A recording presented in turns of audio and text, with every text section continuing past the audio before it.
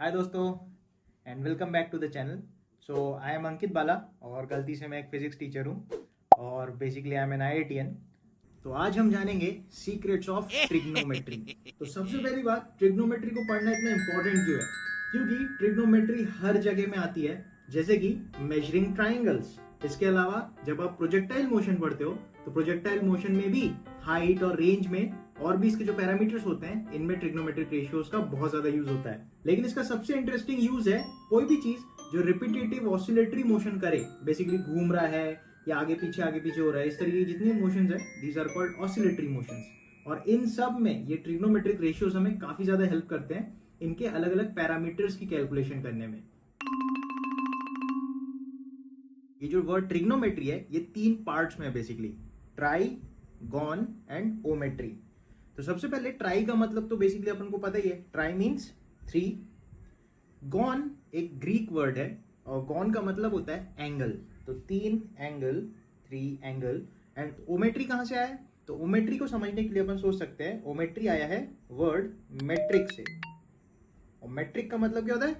Major करना, मापना। तो ओमेट्री का मतलब होता है to measure. So trigonometry is the study of triangles, basically उसके एंगल्स, उसके साइड्स, इन सब का जो भी हिसाब किताब है वो अपन ट्रिग्नोमेट्री में करते हैं। ठीक है, तो सबसे पहले सीखते हैं एंगल क्या चीज होती है। ठीक है, तो एंगल सीखने के लिए सबसे सिंपली एक लाइन है, बेसिकली उसको अपन रेडियस बोलते हैं। तो इस रेडियस को अगर अपन इसके एंड पॉइंट के अबाउट अगर अपन इसे घुमा दे तो हमें एक आर्क मिलता है जिसको अपन आर्क लेंथ बोल सकते हैं। सो इस तरीके से जब वो डंडी अपने फाइनल पोजीशन पे आएगी तो वो यहाँ पे कुछ एक चीज सबटेंड करेगी, उस चीज को ही एंगल बोला गया। यही आपका एंगल है। तो एंगल को अपन थीटा से बताते हैं, angle is abbreviated by theta. Alright, तो थीटा जो है एक ग्रीक लेटर है, जैसे पाई, अल्फा, बीटा, गामा, ये सब ग्रीक लेटर्स है। ऑलराइट, तो थीटा भी एक ग्रीक लेटर है and it is used to abbreviate angle. तो थीटा को अपन एंगल को रिप्रेजेंट करने के लिए यूज करते हैं। ओके, तो व्हाट इज थीटा? थीटा या angle is defined as the ratio of arc length upon radius. तो आर्क लेंथ अपॉन रेडियस के रेशियो को ही एंगल बोला गया, ये इसको प्लेन एंगल भी बोलते हैं। ऑलराइट, तो ये है कहानी एंगल की। अब इसके बाद जब चैप्टर स्टार्ट होता है तो अपन सीधा साइन, कॉस और टैन के बिजनेस में आ जाते हैं। ठीक है, सो लेट्स डिफाइन दीज। तो इनको बोला जाता है ट्रिग्नोमेट्रिक रेशियो। और ट्रिग्नोमेट्रिक रेशियो ही क्यों बोलते हैं? बिकॉज ये जो साइन, कॉस और टैन है ये एक ट्राइंगल के साइड्स के हिसाब से चलता है। तो सबसे पहला ट्रिग्नोमेट्रिक रेशियो है साइन, SINE, साइन। ओके, तो ये जो साइन है ये एक अरेबिक वर्ड से आया है जिसका मतलब होता है कर्व। तो एक्चुअली साइन का अगर आपको ग्राफ ध्यान हो तो साइन का ग्राफ भी जो है वो इस तरीके से कुछ कर्वी होता है ना, इसलिए उसका नाम जो है वो अरेबिक के साइन से लिया गया है जिसका मतलब होता है कर्व। ऑलराइट, इसी तरीके से जो कोसाइन होता है इसका नाम क्यों कोसाइन है? क्योंकि ये कॉम्प्लीमेंट्री टू साइन है। जैसे अगर आपको पता हो सप्लीमेंट्री और कॉम्प्लीमेंट्री दो वर्ड्स होते हैं। सप्लीमेंट्री मतलब होता है कि दो एंगल्स मिलके अगर 180 डिग्री बनाए, ऑलराइट, तो that is called supplementary angle. और कॉम्प्लीमेंट्री कब बोलते हैं? अगर दो एंगल्स मिलके 90 डिग्री बनाए तो उसे कॉम्प्लीमेंट्री बोलते हैं। तो जो कोसाइन होता है वो बेसिकली साइन का कॉम्प्लीमेंट्री है, क्योंकि अगर आप साइन में 90 प्लस थीटा लिख दो तो दैट बिकम्स कोसाइन। ऑलराइट, तो कॉस का जो कोसाइन को शॉर्ट में कॉस भी बोलते हैं। तो जो कॉस का ग्राफ होता है वो बिल्कुल साइन की तरह होता है, बस थोड़ा सा पीछे को शिफ्टेड होता है। तो जो कोसाइन का ग्राफ होता है वो भी कुछ इस तरीके से होता है। तो ये दोनों बेसिकली कर्व ही होते हैं, इसीलिए इनको साइन एंड कोसाइन बोला गया। और लास्ट जो रेशियो होता है दैट इज टेंजेंट। तो बेसिकली टेंजेंट क्या होता है? टेंजेंट जो वर्ड है वो एक इंग्लिश के वर्ड टेंजिबल से आया है, और टेंजिबल का मतलब होता है टच करना, जो चीज टच करे। और टेंजेंट क्या करती है? टेंजेंट एक सर्कल को टच करके गुजर रही होती है। तो अगर ये सर्कल है तो उसको टेंजेंट जस्ट टच करके गुजरेगी, ये आपका टेंजेंट है। और उसके बारे में आपको आगे बताऊंगा। तो बेसिकली साइन को SIN बोलते हैं शॉर्ट फॉर्म में, साइन ऑफ एंगल थीटा। ऐसी कोसाइन को कॉस ऑफ एंगल थीटा अपन पढ़ते हैं, और टेंजेंट को टैन ऑफ एंगल थीटा पढ़ते हैं।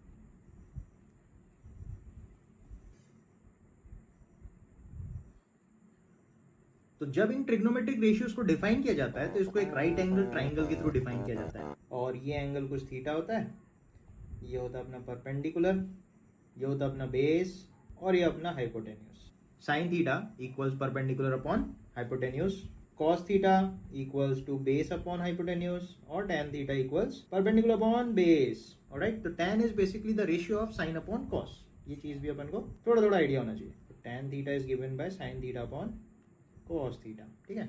तो ये अपन को ध्यान रखना है, ये अपन को ध्यान रखना है और इनको अपन को ध्यान रखना है। ऑलराइट, लेकिन जब इनको डिफाइन किया जाता है तो इस पे एक बहुत बड़ी रेस्ट्रिक्शन होती है। रेस्ट्रिक्शन क्या होती है कि ये जो एंगल थीटा है ये कुछ सर्टेन रेंज के अंदर ही हो सकता है, मतलब इसकी वैल्यू जो है कुछ पर्टिकुलर एंगल के बीच में ही हो सकती है, उससे ज्यादा या उससे कम नहीं हो सकती। ये कैसे, चलो देखते हैं। तो सपोज अपने पास एक ट्राइंगल है, अगर अपन एंगल थीटा को कम करते चले जाए तो कम करते करते ये स्ट्रेट लाइन में कन्वर्ट हो जाएगा, मतलब ट्राइंगल तो बचा ही नहीं, तो परपेंडिकुलर खत्म हो गया दबते दबते।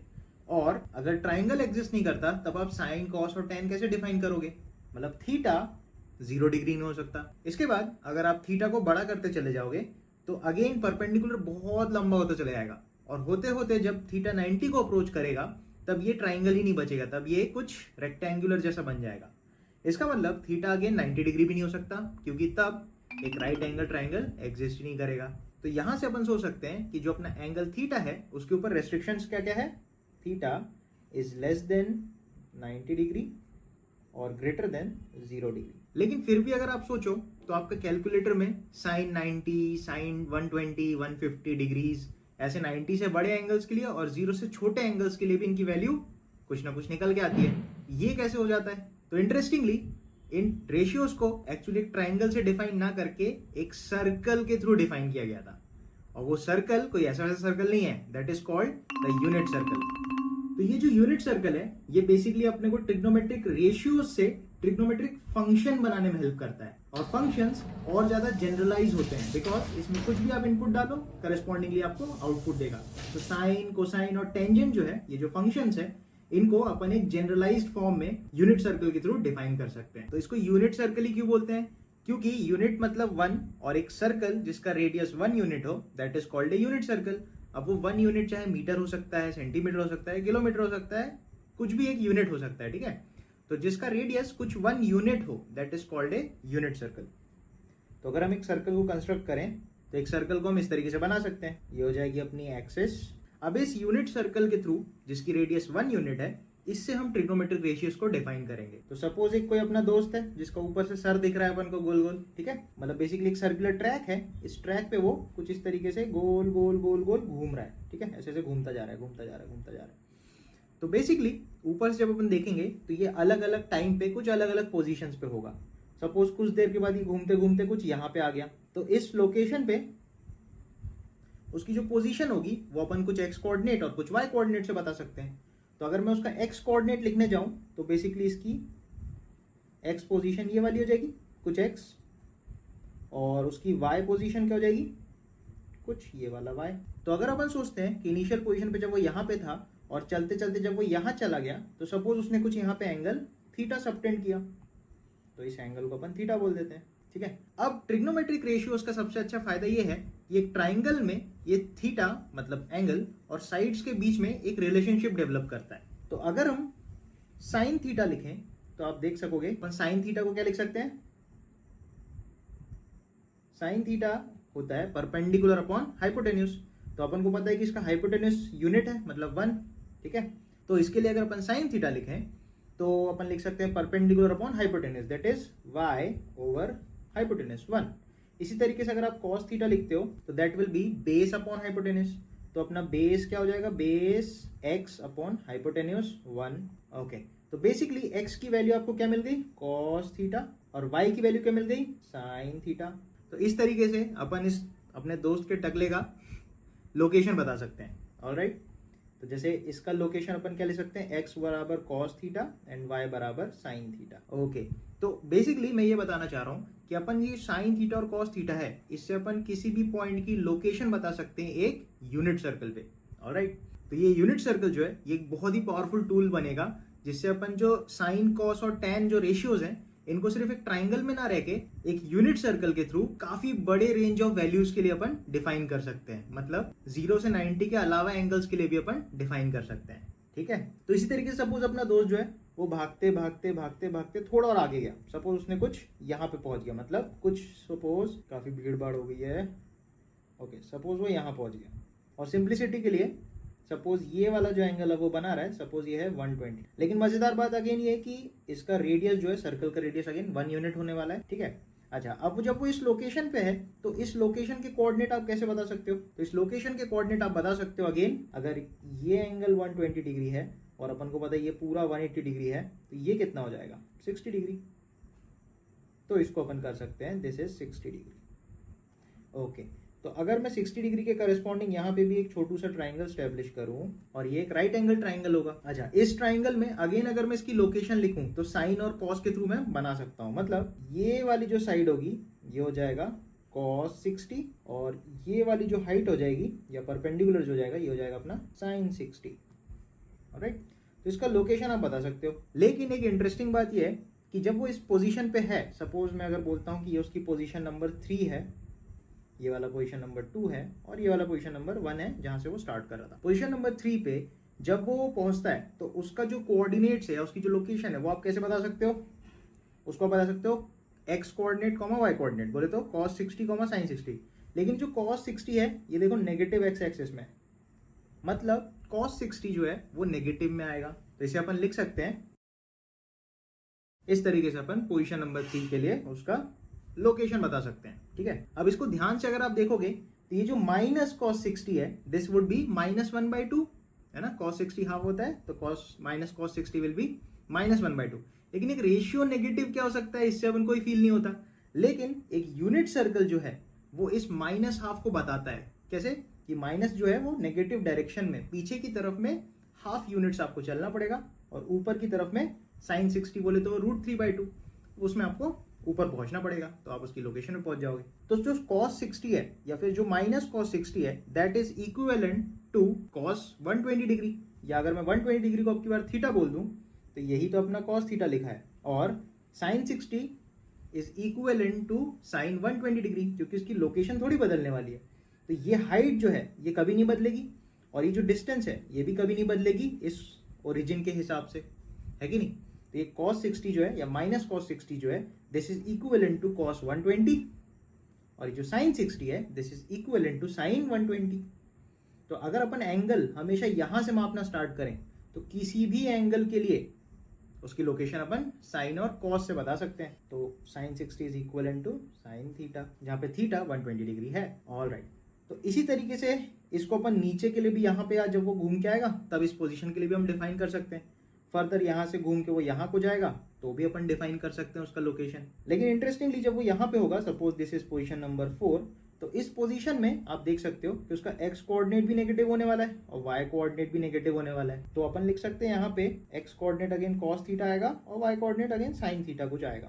ठीक है, तो इसी तरीके से जब वो फोर्थ लोकेशन पे आएगा, फोर्थ पोजीशन पे आएगा, तो उसका कुछ sin थीटा कुछ cos थीटा उसका लोकेशन होगा। x बराबर cos थीटा, y बराबर sin थीटा कुछ होगा। अब इस लोकेशन पे आप अगर सोचोगे तो जो cos थीटा होने वाला है वो आपका नेगेटिव होगा, क्योंकि इसकी ये वाली लोकेशन के लिए आपको x में पीछे चलना पड़ेगा और y में नीचे चलना पड़ेगा और दोनों ही नेगेटिव है, ये भी नेगेटिव ये भी नेगेटिव। ठीक है, थर्ड लोकेशन के लिए cos नेगेटिव था और sin पॉजिटिव था। सेकेंड लोकेशन के लिए cos पॉजिटिव था, sin भी पॉजिटिव था। ओके, अच्छा, इसी तरीके से अगर वो घूमते घूमते इसी तरीके से अगर ये भाई साहब घूम के इस लोकेशन पे आए, इसको अपन बोलते हैं लोकेशन नंबर 5, तो अगेन यहाँ पे कुछ उसका लोकेशन cos थीटा और कुछ sin थीटा से अपन बता सकते हैं। ठीक है, अब जो फिफ्थ लोकेशन है यहाँ पे x तो पॉजिटिव होगा लेकिन y देखो नेगेटिव में होगा, तो cos जो है वो पॉजिटिव होगा लेकिन sin जो है वो नेगेटिव होगा। अगर आपको याद है तो tan theta is the ratio of sin and cos, तो tan थीटा जो है वो sin अपॉन cos है। तो यहाँ के लिए tan, यहाँ के लिए tan और यहाँ के लिए tan थीटा एंड यहाँ के लिए tan। इन चारों लोकेशंस के लिए या इन चारों कोऑर्डिनेट्स के लिए और थोड़ा जनरलाइज करें तो इन चारों लोकेशंस के जो क्वाड्रेंट्स हैं, बेसिकली ये फर्स्ट क्वाड्रेंट, ये आपका सेकंड क्वाड्रेंट, ये आपका थर्ड क्वाड्रेंट और ये आपका फोर्थ क्वाड्रेंट। ठीक है, तो इन चारों क्वाड्रेंट्स में जो भी पोजीशंस होगी उन पे ये साइन तो वैलिड रहेगा, है कि नहीं? तो इसी तरीके से आप अगर पहले क्वाड्रेंट के लिए tan का देखोगे साइन, तो positive upon positive will be positive. Second quadrant के लिए sine theta upon cos theta, positive upon negative is negative. Fourth position के लिए या थर्ड क्वाड्रेंट के लिए अगर अपन tan थीटा की बात करें तो that will be negative upon negative, तो दैट विल बी पॉजिटिव। इसी तरीके से जो फिफ्थ पोजीशन है वो इस क्वाड्रेंट में पड़ता है, तो फिफ्थ पोजीशन में अगेन क्या है, tan theta, sign upon cos, बोले तो negative upon positive will be negative. तो अगर आपने मन की आंखों से थोड़ा देखा तो आपको मिलेगा कि यहाँ पे सारे पॉजिटिव हैं, फर्स्ट क्वाड्रेंट में सारे पॉजिटिव हैं, सेकंड क्वाड्रेंट में सिर्फ और सिर्फ साइन पॉजिटिव है, थर्ड क्वाड्रेंट में सिर्फ और सिर्फ tan पॉजिटिव है, और फोर्थ क्वाड्रेंट में सिर्फ और सिर्फ cos पॉजिटिव है। तो यहीं से अपना famous all sine tan cos rule जो है वो स्टैब्लिश होता है। तो इस यूनिट सर्कल से हम लोकेशन नंबर 1 के कोऑर्डिनेट्स 1,0 बता सकते हैं, और यहाँ से cos 0 डिग्री की वैल्यू 1 आ जाती है और sin 0 डिग्री की वैल्यू 0 आ जाती है। सिमिलरली जब थीटा 90 डिग्री होता है तो इस पोजीशन y के कोऑर्डिनेट्स 0,1 हो जाते हैं, और यहाँ से cos 90 डिग्री की वैल्यू 0 मिल जाती है और sin 90 डिग्री की वैल्यू 1 मिल जाती है। और इसी तरीके से हम डिफरेंट एंगल्स के लिए साइन, कॉस और tan की जो वैल्यूज है वो निकाल सकते हैं इस यूनिट सर्कल के थ्रू। तो अल्टीमेटली जो चीज़ हमें एक ट्राइंगल नहीं बता पा रहा था वो यूनिट सर्कल समझा देता है। तो इस तरीके से अपन एक ट्राइंगल में ना फंसे रह के एक सर्कल के through, that is unit circle के थ्रू, अपन किसी भी एंगल के लिए इन रेशियोज की बात कर सकते हैं। So that's all for trigonometric ratios. Like, share और सब्सक्राइब करना मत भूलना, और अपना ध्यान रखना क्योंकि पेंडेमिक खत्म नहीं हुआ है, ठीक है।